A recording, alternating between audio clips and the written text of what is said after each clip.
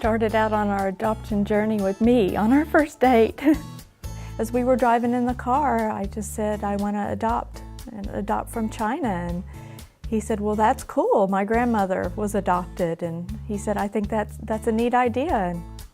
We knew we wanted to be parents, and it was more about experiencing that than anything else. So whether we had our own biological children or not, we wanted to adopt. I'd say Cameron is extremely smart.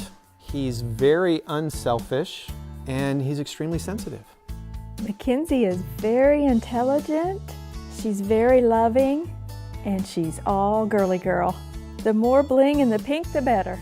When we started our adoption journey, we kind of decided that it was more about being parents and parenting as opposed to the biology or the instant from birth on. When we wrapped our minds around that and were open to special needs and or older children, it became much more about creating a family, not having one created for you.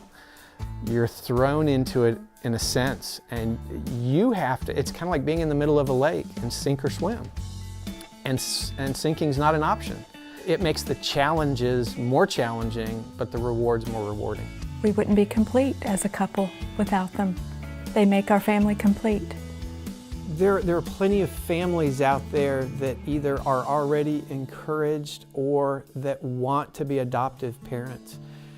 And we're no different than anybody else. The process and the expenses are what hold a lot of people back. We have no shortage of love, but especially in today's economy, it's harder and harder to make that a reality from a financial standpoint. Anything people can do to help that process along or make that more available to parents, the more likely you are to have parents go through that process. Our hope and prayer for our children, one of the hopes is already I wanted them to both know Christ and accept Him in their hearts, and Cameron has, and I hope that they'll be all that they can be.